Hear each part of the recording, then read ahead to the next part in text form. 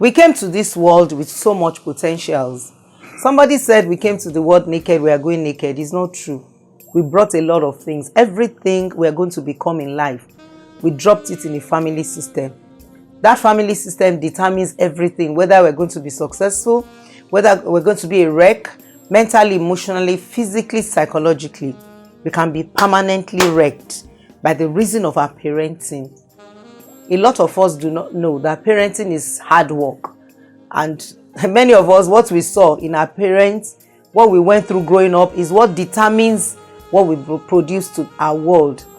I've seen a lot in these 40 years of my life handling microphone, and I discovered that a lot of people are just dancing to a music they don't know is playing the rhythm. Whose fault? Of course, in my profession, we don't blame people, but we let people know that something dropped you, something crippled you. There was this young man, handsome. This young man came with so much potentials, loaded. As a matter of fact, the family saw the prospects.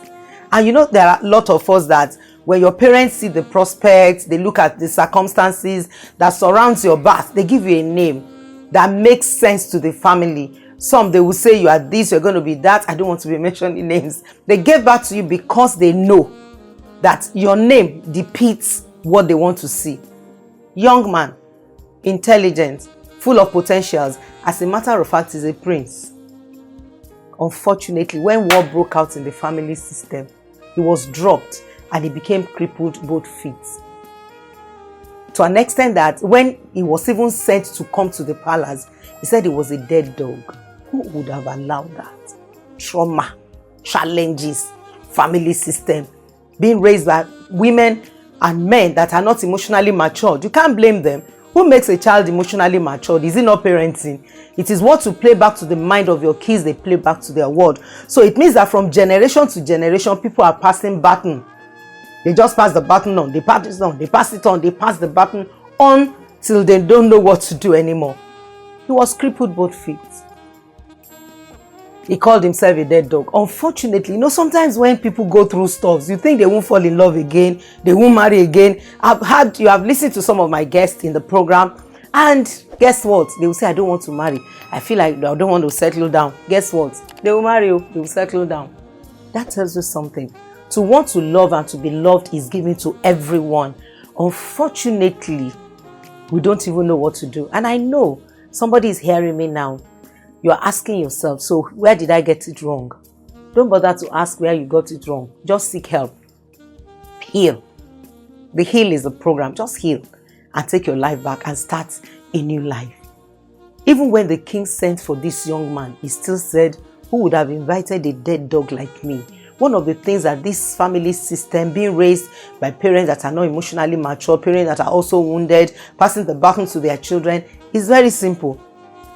They make their children to lose confidence in themselves. And you know, I love to be practical. One thing about me is I love people to be open, be practical, to share their lives. And you know, I tell people you can be as a matter of fact, you are sick as your secret.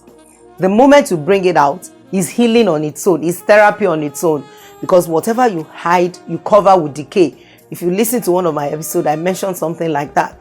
If you cover anything, it gets into a place where it's not breathing fresh air, is struggling. At the end of the day, it's going to be bigger than what you're thinking of. And that's exactly what happened when people cover up things. Guess what? I have guests in the house today. Many of them. You are wondering what's going on, what happened? Yes. Real people, real situation, real circumstances. You know, I met one of my precious daughters. I just wanted them to come and share with us. There are things teenagers don't want to tell their parents. And she came innocently. And I just made her to express herself. What are the things you want to tell your mom, your dad, and they are not listening? I opened the can of snake. You know, people say the can of worm. But I opened the can of snake that day. And when she started talking, I said, what? I was so scared. I told myself, I said, no, I'm not going to bring this to a public space. I don't want people to listen. I don't want people to hear this. I was afraid of, if the parents hear this, what would they say? How would they feel? this girl, you just came to disgrace us. Why did you open it up? Why did you not just keep the family secret? Because one of the things that happens when we are raised from a dysfunctional home is don't talk, don't feel, and don't trust. So the issue of don't talk just struck me. I said, no, she can't talk. So I kept it. So I met the mom. I said, Mom, come. How did you do this to your daughter, this beautiful damsel? Why? Why did you do this to her? And I saw her eyes. Tears was there. She said, I was molested when I was growing up. I just kept quiet. And I said, would you mind to come on this program, The Heal, and just share your life? Let's know why you have to raise a child that says she has OCD because of, I can't do this, I have to be perfected, I must not go out, I must not leave, I must be everywhere. I was just on my own, just thinking. I do a lot of thinking anyway.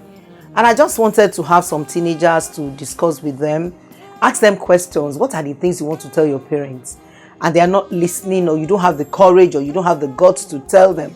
I just discovered that I have opened the can of snake, not even the can of worm, like people say. It's like, what are you saying? A child, beautiful, intelligent, smart girl, when she started talking, while they were trying to express themselves, the teenagers, and I started hearing her say some things. I was shocked. She actually said she got to a place where she had OCD, obsessive compulsive disorder, which was a mental challenge. And I was like, wow, what do I do? And I just told myself, I'm done. I cannot bring this out to the public. I was worried about the dad, the mom, what everybody will feel. I was like, you can't do this. And I saw her mom. I said, Madam, what happened? What did you do? How did we get here? What happened? And she looked at me and her eyes was tearful. She said, I was molested as a child, and that's why I was protective of my daughter. I said, wow. I said, would you come and just share with us your experience also? Not because we're looking for content, but because we have lives out there. 1 billion people are out there that needed to just understand this, to stop what they're doing to their kids, passing down the baton of pain to their children. 1. 2, learning how to raise kids, especially in their formative years. I was like, would you come? She said, yes. I said, what are you saying? She said, yes, I'll come. And I became a little bit relaxed. I said, well, maybe somebody is out there and you are out there trying to ask questions, trying to ask yourself, why am I doing what I'm doing? I don't even understand. Why can't I just relax and just enjoy my parenting? What is holding me back? And when she said yes, I said, well, I believe in authority, I believe in order, I believe in decency. I teach order. I asked her, I said, would your husband mind or come? He said, yes, we will come. I said, wow, okay. We're getting somewhere. So I had to call, of course, I had to sleep overnight. I couldn't wait for me to meet her husband. I just put a call through to him. And I asked her, I said, sir, would you come and just share your experience in parenting, understanding life? Why did you raise your daughter like this? What happened? I remember the daughter said something in that last episode. The daughter said, I wish my dad would just tell me I'm beautiful. And he said, my dad would say, can't you look at the mirror and see that you are beautiful? The dad said, but you have a mirror. I said, wow. Meaning that in all honesty, in all sincerity, with all sense of dignity, they did not know what to do. It wasn't, you can't have a child that you love, that looks like you, that is your pride, and you will just not treat them well. It's not possible. You know how many people that are genuinely sincere and they're sincerely wrong? So many people are like that, and they're everywhere. A child you genuinely love, you care for, so much potentials. You look at her in your mirror and you don't want to hurt her, you don't want to wound her. But you know what? Hurting people hurt people. People that have been so wounded and they are hurting, before they know it, they quickly pass the baton to anybody around them. I'm sure you've been in a place where somebody did something to someone and you are wondering, am I the one that shouted? Why are you shouting at me? We are naturally wired to transfer aggression, and that is exactly what I have seen in this scenario. When she made that statement, I said, what is this? And of course, I have her in the house. Honestly, it's a privilege for me to have you share your story, share your life with us today on the hill. And I'm confident of something that, I was sharing something with them. I said, when I was sharing my story, I'm sure one day I'll just sit down to tell you my full story. You'll be shocked. Actually, one of my sons sat me down and said, Mommy, tell me your story. And when I told him, he became emotional, so he stopped. He did not. Let me share one of it with you. I got pregnant when I was in class 3. I didn't know I was pregnant. The pregnancy was 7 months before my mother. Actually, my mother didn't notice. It was the neighbors that noticed. I said, this girl is sleeping and is throwing saliva. I didn't know. I will tell you the story of that some other time. But let me just say this in the light of what I want to say. And guess what? The pregnancy was 7 months. 7 months pregnancy is not abortion, it's induction. And my mother said, no, not the only girl I took from my husband's house. No, not this one. She told my cousin to go and do an abortion for me. A 7 months pregnancy, like I said, is not abortion, it's induction. So they took me to a village. They gave me pitocin. I don't know if that is what they use now to induce babies. For 3 days, the baby came out as a boy. He was still breathing. My cousin led me to the toilet to flush that boy. Still bleed. That is my story anyway. It's not your mess. My mess is my message. My mess is my ministry. My past is my property. And guess what? My cousin removed his trousers and he started sleeping with me. I'm telling you my story till I left that village. So I understand what it means when life hits you hard. I've written 64 books. I've been everywhere to preach in the world. I'm privileged to be a voice in my generation. I'm on several radio stations.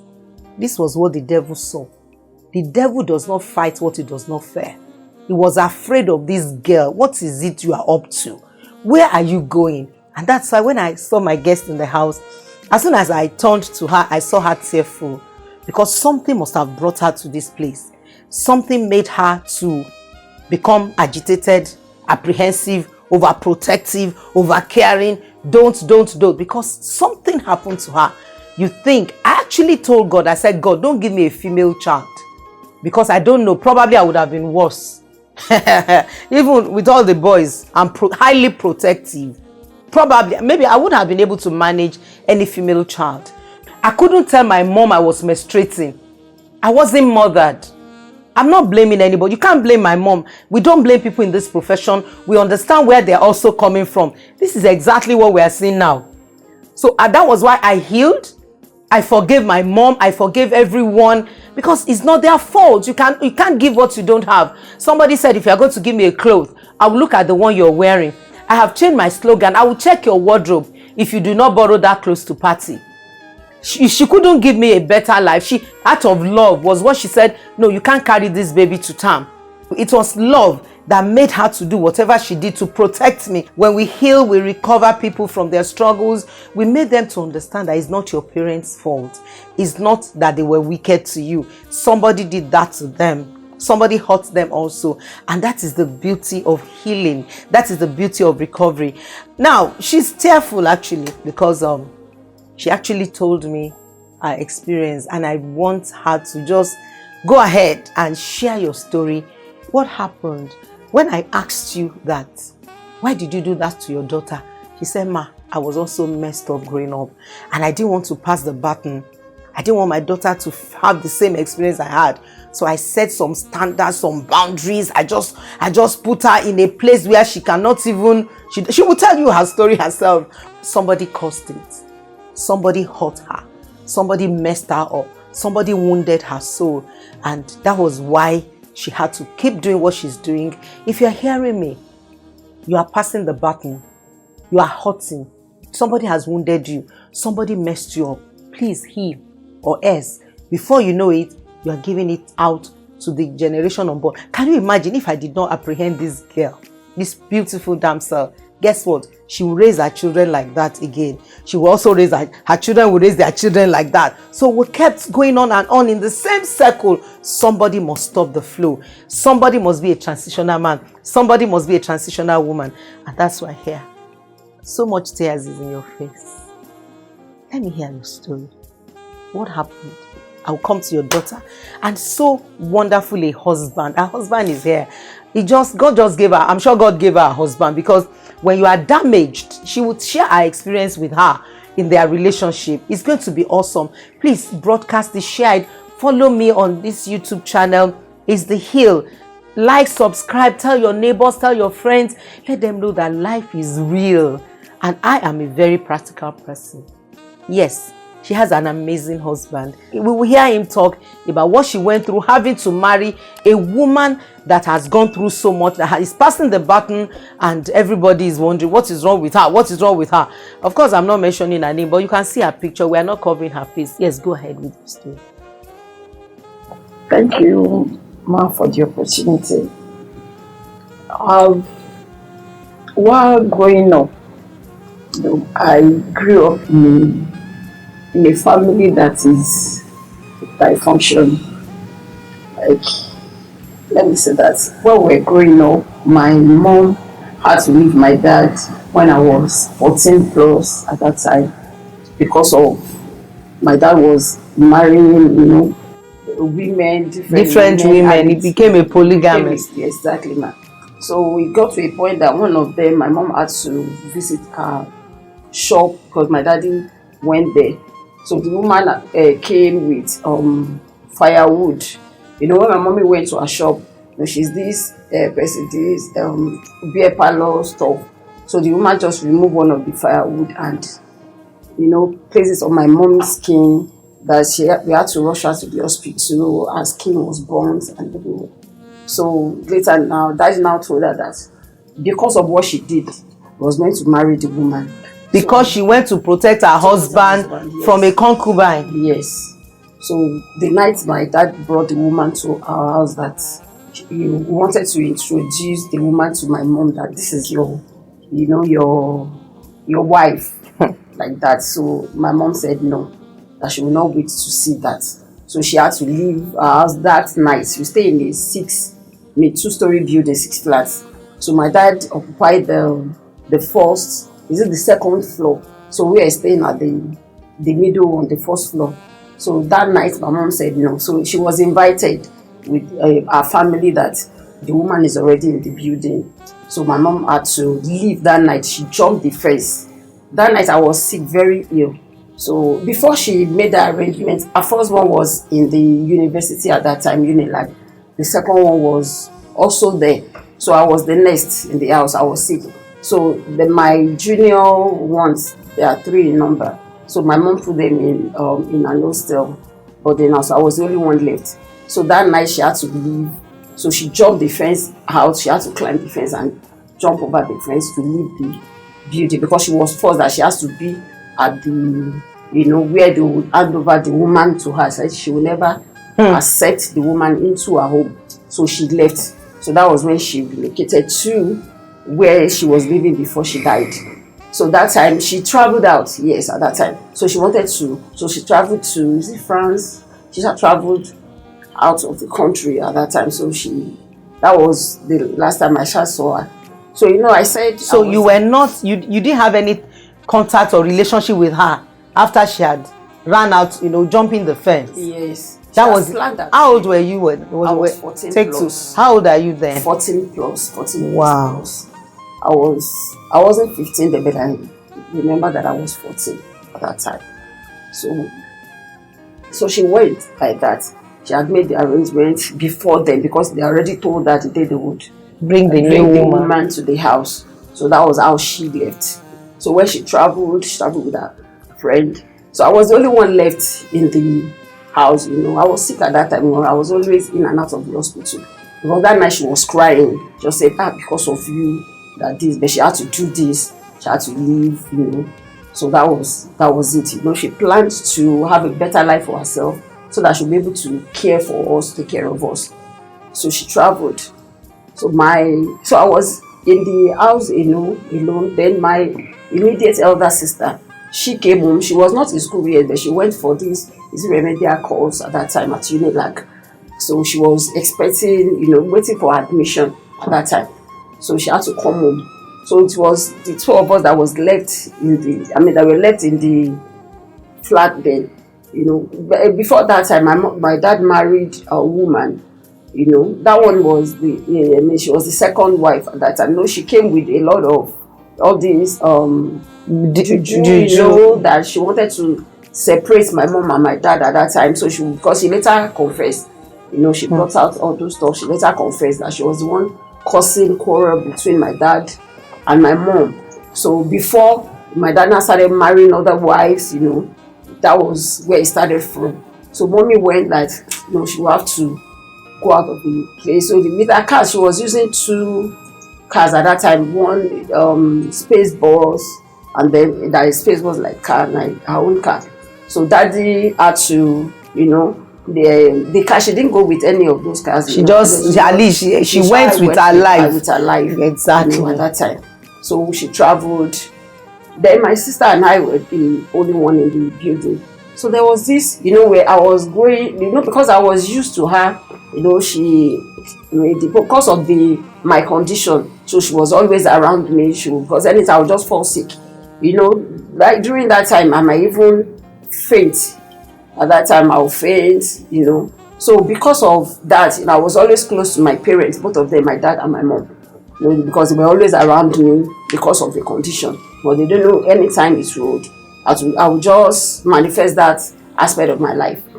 So that was how we grew up. I said polygamous family because of the 2 women my daddy brought to the house that night. He gave them the other flat where he was staying. He stays in the second floor. The other flat was 6 flats. So he gave the 2 of them the other flat that they should be staying. But one thing I know, that my dad did not allow any of his wife to maltreat me or to treat me like an outcast or like that. He protected me. So that aspect, the loving part of the father, he gave it to me and my sister at that time. Okay, so the man was loving. He would buy gifts, he would bring it to there. So we love him like an uncle, like someone you can relate with. We play with him. Anytime he comes in like that, we would go to him, we would buy stuff. My dad liked him, we also liked him as well. So there's this night I just left in my room, maybe I didn't lock the room, I don't even usually do that. So I just saw that someone entered the room, like I didn't know. All of a sudden I just saw that the man was making an attempt to rape me. So immediately I just woke up from the sleep. I wanted to shout. I said, please, don't shout, please. I checked myself. I knew that he was about to, but it was not successful. So he begged. He said I should not tell my dad. He begged, he cried, he did everything, I think that was, and I said no, I was going to tell my dad, but I knew if I should tell him, that's the end of the man's life. When you are shocked by an incident, it can take you the rest of your life to get over the shock. That's why you need therapy, you need counseling, you need someone to express that emotions to. My guest is in the house. She was embarrassed, harassed sexually twice, and she didn't have any opportunity to talk to anyone. So everything was seated in her subconscious, and that brought her to a place where we're still going. She still has her story. Don't forget, her mother was not there. Be careful. If you have any opportunity to repair your marriage and work on your home, do it. Pay the price and pay the price. It could be sacrificial, but the sacrifice worth it for the sake of what a pedophile, a rapist, a vampire would do to your child in your absence. Yes, let me continue with my guest. Thank you so much for sharing this with us. I really appreciate it, and I'm not taking it for granted. Thank you. Yes, go ahead. Thank you, Mommy, for the opportunity. I'm so glad I'm telling my story today. Some of the stories that I will share with you, I've not told anyone. I spoke about the second attempt, a rape attempt on me. So at that point, I decided to tell someone, the person's younger sister. because we were age mates. We were age mates.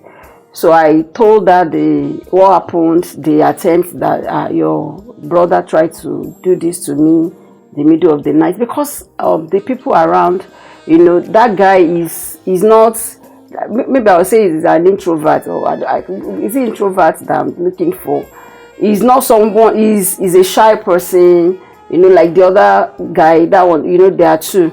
The other one is a sharp guy. That one can, go to a lady, toast a lady if he wants. But to him, he doesn't have a girlfriend. They see him as someone that he can't do such. So when I spoke to the sister went to their parents, told them. In fact, what I got after that time was saying, oh, because they're living with you, you don't want your daddy to help him, you are wicked, you cook up this story against him so that your daddy will send him away, this and that.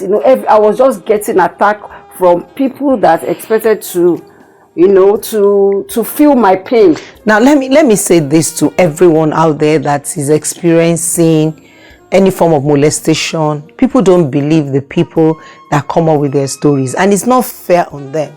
I have parents that their kids will come and say, my teacher is touching me, and you will tell your child is lying. It's wickedness. Believe your child. Find out. Set up a panel. Set up your curiosity. Make sure you are involved in that statement. There is no child that will come up and cook up a story, except that child has been bad or has a bad manners. Even a child that is like an extrovert, is everywhere jumping. If a child comes to tell you anything about anybody, please give attention to it. A child is a child. Even if you are 18 or 20, to your parents, you are a child.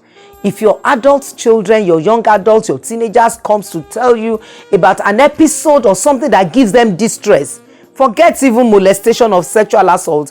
If your child comes in and says, that uncle, I don't like that uncle, you should find out, why is he saying I don't like that uncle? It could be a red flag, and you need to be wise. For them not to believe her, they won't believe her. People don't believe people that are going through stuff. That's why people cover their secrets, they cover their shame, they cover things that people have done to them. Who will believe me? That's the next thing. Even men that commit adultery, their wife will cover them, because who would they tell? Who would I open up to? They won't believe me. They might actually say you are the one that is not giving him sex. There's no reason for wickedness in any form. If your husband is not meeting your sexual need, you are not supposed to commit adultery. Seek therapy, seek intervention. If your wife is not meeting your sexual need, do couples therapy. Don't use that as a platform to compromise your marriage. It will boomerang on your children. Look at the dysfunctionality. See how they are passing it down. Nobody believes her. Why would they believe her? Her mother is not there. Probably if her mother is there, listen to me, even if you are in the neighborhood and a child raise an alarm, don't tell the child to shut up. Mark that statement, mark the pedophile, mark the rapist, and probe deeply. Yes, that's the word I'm looking for. Probe into whatever a child is saying. Go ahead with your story. Okay, so that was the point. At that time, okay, my mommy was bad, but she didn't come back to to my dad's house. So she went to stay in one of the houses then. So because at that point, that was when I missed my mommy. I missed that, because I was looking for her to defend me. At that point, she was not there. So everybody around at that time, they saw me as a wicked person. They saw me as someone that does not want to allow her dad to help someone. Like the adults around, even my friends. Aside from that, that friend that I told, other friends. So every one of them just saw me as a wicked person. Nobody. You know why they acted that way? Most rapists, abusers, molesters, toxic people, they look innocent. Please don't allow somebody's innocency to make you feel it cannot hurt a fly. They can kill a human being. You remember the case of those two girls that the guy came that baited to come and kill them? The guy is still looking innocent. The heart is deep and is desperately wicked. Don't pick people on the surface value. Check their character, probe into them, then don't dull your sensitivity. Those alerts that you are having, those signals that you are having in your mind, those restlessness you are having, don't shut them down. It could be a flag, a red flag, or even a black flag to let you know this alarm in my heart, something is wrong somewhere. Please don't be carried away with people that look innocent. It was the innocency of the look of that particular person that made people to think you are lying against them. Go ahead with your story. So at that point, I started missing my mom. I wanted her around me because I saw that other families, were with their own children. Like, don't play with that girl, she's this, she's that. So I was looking for who to talk to, who will love me, who will care for me. Because my dad was trying, yes, but father will always be a father. But I also needed my mom, to defend me. Because after that incident, I discovered that the family of that guy, they started behaving in a way that, because I was always close to them, because that's the family that I always, that I see around me that time, that I believe, okay, I can relate with. So because of that incident, their dad, their mom, even they had to influence other, neighbors, because you were isolated. I was isolated. Yeah. I was isolated. So I was feeling lonely, no one to talk to, no one to be my friend. So so that was how I grew up, lonely, nobody, I see them as, oh, let me relate with them, but in their mind they will be like, she's not a good person. They tagged me, like, she's not a good person, she's this, she's that.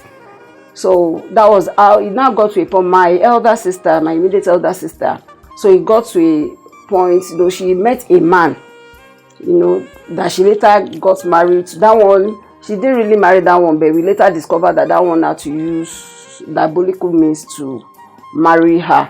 So she was staying in the man's house at that time at age 18. Okay, so the man spoke to my dad's driver that, oh, that's your boss's daughter. That why is she still around? Because the admission didn't click at that time. And I said, can I help her to get admission to University of Jos? That he should bring my sister to his own house. Because he was married, he was living with his own wife at that time. So my sister went there. The man tried to, told her that, oh, he will help her and all that. So she was living with them even while the wife was still there. So for like 4 years, like that, that's how if she would sleep there, she would come home, because we're living on the same street. So after like 4 years, like that, so one of the time she was living with the man, so it got to a point we just discovered that the man's wife was no longer there. So we thought, he shall lied to my sister that it's because of something, not knowing that because maybe that one saw, maybe I can't really explain that aspect. So I just saw that the wife was no longer there. So one of those days, my sister came home and asked me that we used to call him Boda at that time, that Boda, so Boda, like, he said something, that, do I really want my mom to come back home so that the other wives will leave and all that? Who would not love that? Me that was already missing my mom. And I said, yes. And I said that you can help also, that I will come to that place, because I don't used to go there. I never went there to meet her when she was staying there. And I said, no problem now. That he said I should come. And I said, I'll go. So I went there with my sister. So he introduced him. I said, look, I have one Baba. The Baba will help us to send those wives away, and your mom will come back. And I said, why I want it? And I said, okay, no problem. Am I into it? I said, yes. So now said he will bring something to the house that will give it to me. I'll be the one to drop it drop it in our building, that they will all live on their own, all of them, they will leave. Then mom will come back home. I said, okay, I'll do it. So he now said, I will have to come, we will sleep in his house, so that myself and my sister. I said, yes, now. She'll be for my mom to come back, I'm ready. So we went there that night. So he now said, okay, my sister went inside to one of the rooms with him. That one now, she came and I said, okay, that is my turn to go there, because what the Baba gave him, that I will be the one to, because I'll be the one to drop it in the house, so I should come. So when I entered the room, I just saw different things, white is it white? This Calabash or but something. it's not calabash. The awosha, the white one, white dishes. Okay. So I saw baby cowries. I saw egg, white egg tied with the white egg, different, horrible things. Like, what happened? He now said, that this is what I would take to my house. That he will give me one of those things. And I said, I was afraid because I wasn't expecting such. And there was this horn tied with red stuff on the floor. And I said, okay, but there's one clause. I said, what was this? I said, he said they will have to bring sperm mixed with that. They have to bring, yes, that they have to bring it. That the Baba said, and it's from 2 people that they have to bring it. And I said, why? I don't know that. And I said, at this point though, you can't go back. Hi. That we just have to find solution to it. That at this point I can't go back. So I was crying. I was like, no, he didn't tell me at that point. He now brought out the horn. Now said I should swear that whatever that happens here today, I will not tell anyone. I will not tell my dad. I will not tell my mom. I will not tell anyone. That any day I try to tell anybody, that will be the day I will die. So he now made me to swear before. Now went to that. And I've sworn. I like, officially. So he now said, so am I good? That I just have to, because at this point you cannot go back. So it was now he wanted to have sex with me, just go further that I was a virgin at that time. So he now had to stop. Like, are you a virgin? So she almost another. You see, you could see why people get so apprehensive, so deep in their rigidity, because every male that has crossed her path, they came to damage her sexually. Because she has sworn, she didn't have a choice than to allow. So imagine the first one, the second one, and all of them are under a terrible deception, to an extent that the man now noticed that she was a virgin. So she now left her. Now, what do you expect from such a woman? You want her to look at her daughter and let her daughter be? She's going to make sure she's like a mother hen.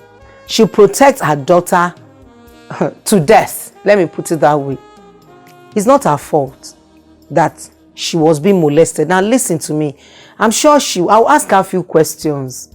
I'm sure she must have said, is it because I'm beautiful? Why do I have any spirit that is making men to be attracted to me? Listen, it's not your fault. Pedophile, some will say you didn't dress very well, you opened yourself, that's why men are pursuing you. It's a lie. It's the fault of the rapist. It's never your fault if you have been raped. Hear this and hear it clearly. It is never your fault if you have been molested, you've been raped. It's the fault of the rapist. There's no one that has any reason under heaven to molest anybody if that person is mentally sound and is sexually sound. Yes, continue with your story. So at that point, he now stopped. He's not like, oh, I didn't know. That I was sorry. That that I didn't know that this and that. And because when he was even trying to do it, like I was crying. And because of what I saw, everything, I was afraid. I couldn't say no at that point. I couldn't say anything. But he now said, I didn't know you were a virgin. So he had to stop. Like he was sorry that I should go. He begged, he pleaded as like. Now the point is, people get carried away with so much deception. It's not only with people that pretend they want to do juju or do drugs or do prayers for you or do something from you. It happens even in spiritual places. It happens when you have a pastor and the pastor is trying to have sex with you, trying to molest you sexually, and you are thinking, this person is supposed to be godly. Look at the picture.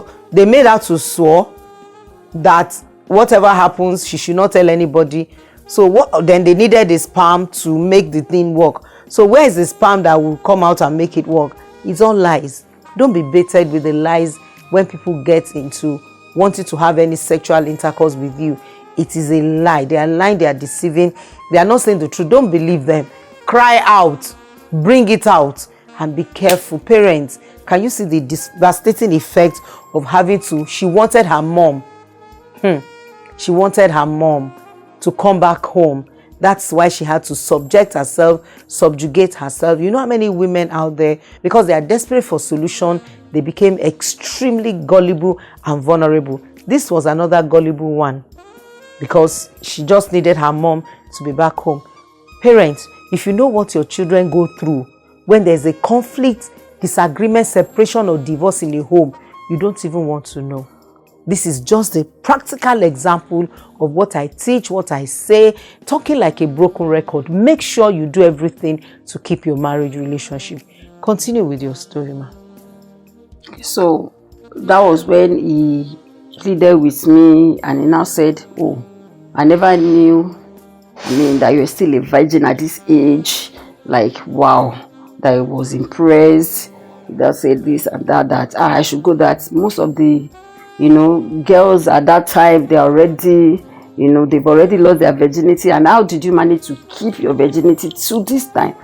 Even your mom was not around, nobody, and you're able to do this. He just said all that to me. And I said, okay, no problem. That was how I went back to went back to our own. Parents, hear this. If she got married as eventually a virgin, some parents would have assumed my daughter got married as a virgin, but they do not know that somebody somewhere has actually sexually molested them. Allow your children to talk. Let them share their experiences with you. Let them be able to be vulnerable to their parents. Now, if I've had people, my daughter got married as a virgin, my son is a virgin, that's another story for another time. But my daughter got married as a virgin, and that girl has been exposed to sexual assault, molestation, sexual harassment, rape, near rape experiences. In our own case, people will say, oh, I'm sure if the daddy will be proud of her. She married at 20-something, at 30-something, at 18 or 19 or whatever age, and you're still a virgin. But that does not mean that somebody has not messed up your sexuality even before you finally got married as a virgin. Please take note of that. It happens to people, and you need to understand. Continue with your story. Okay, so, and it has always been on my mind that I want to marry as a virgin. That was why I had to keep myself. When I see friends, going to parties, going to club at that time, like the club I'm talking about is Fella's Shrine, because I had a friend at that time. When we were still in secondary school, she schooled at Ikeja. She would go to Fella's Shrine. She would party there. She would, from Friday, because our own mom too traveled out of the country, left her with her brother in Nigeria. So she, that's our life. So that time, I was always trying like that. But it got to a point, because there was nobody, I was lonely.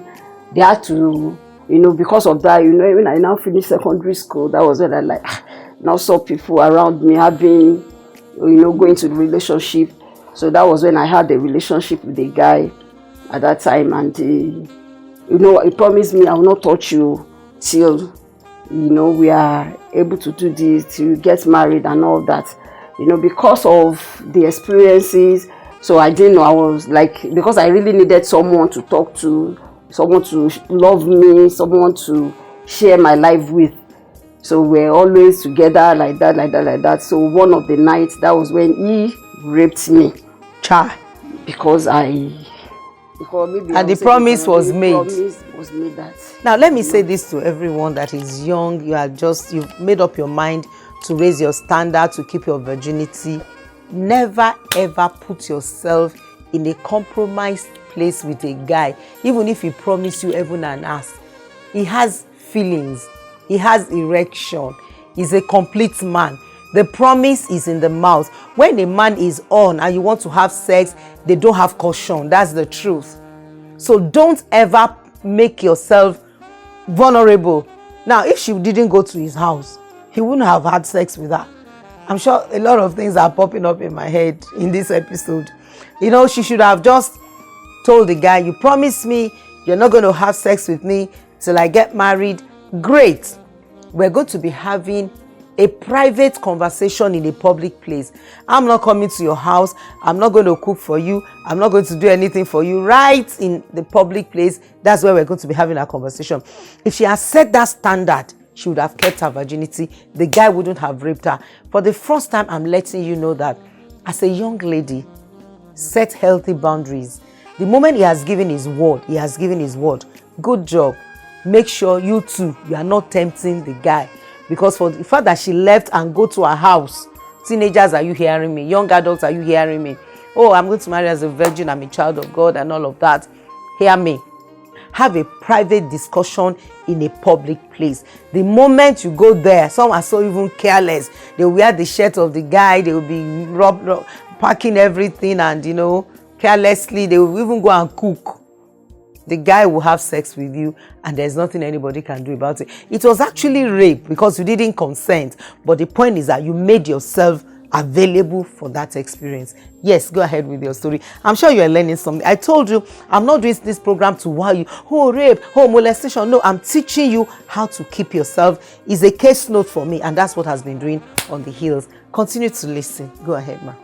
Okay, let me bring it back. I didn't go to his house. Okay. He raped him in my father's house. But you still allowed him.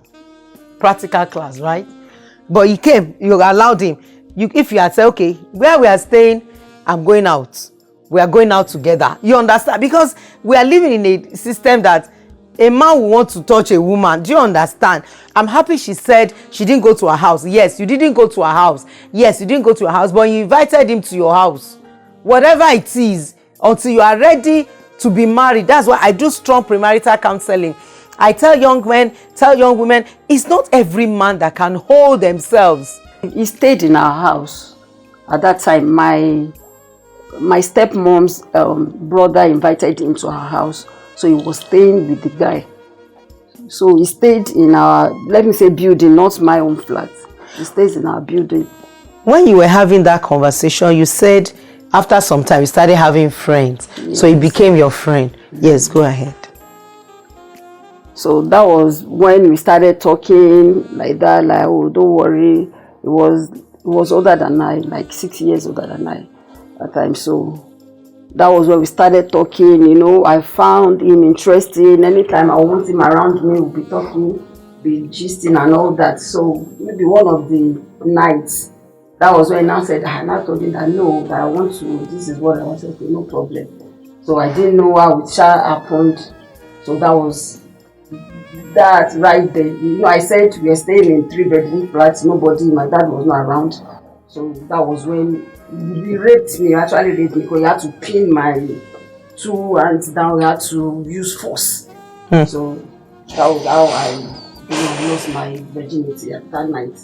So because I always been something I love, that this is the life I want, this is this, and that pain, I always carried the pain around, that no, this is not what I planned for myself, this is not what I want, this is this and that. So that was when I now made up my mind that if I have a girl child, that I must marry as a baby. What I not achieve, she must achieve it. That would be my joy. That would be what I would give back to the society. That would be my joy that I didn't achieve it. Then my daughter, because I believe that because my mom was not around, because I think she was around, those episodes will not happen, and somebody will not come to my father's house to rape me because because he saw the loneliness, he saw that it was my friend before we started the relationship, before it led to that, and that was what brought me to the show. Wow. People are not let me put it this way, there's so much going on in my head. I was almost tearful when she said that she wanted her daughter to marry as a virgin. She wanted to give back to the society what she could not give back to the society. The question is very simple. You cannot give back to the society in the place of your pain. You give back to the society when you are healed, then you become a wounded healer. If she was healed of that torture, of that pain, can you imagine the series of sexual wickedness? It's not fair.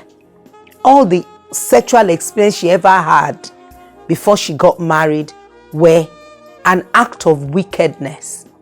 And she told herself, you can't vow that. You can't tell yourself that. What you do is you get into the hand of a professional, you get into therapy, you get into counseling, you heal. Your counselor will let you know that it is not your fault that this happened to you, will let you know on how to maneuver and heal from the torture, the affliction of the molester. Then your therapist will help you to take back your life and build back your self-esteem. Meaning that by the time you are having your children, you would have been so healed, you will know that it can never happen to your child. But because she was in pain, because she could not exhale it, she could not bring it out, she started passing down the pain, the aggression, the torture. The picture of what men had done to her was what she's doing to her daughter. And that was why I said you need to heal. I want to appreciate you for watching this episode. It's just amazing. I'm sure you've taken one or two things. Subscribe to my channel, watch this over and over again. Please like it and send it to your friends. Somebody is getting healed. Some parents don't even know why they are acting the way they are acting. They don't know why they are doing that to their kids. But this is the deep and the deepest part of our life that is sharing with us today. Thank you so much for sharing. Thank you for listening. I will see you in the next episode.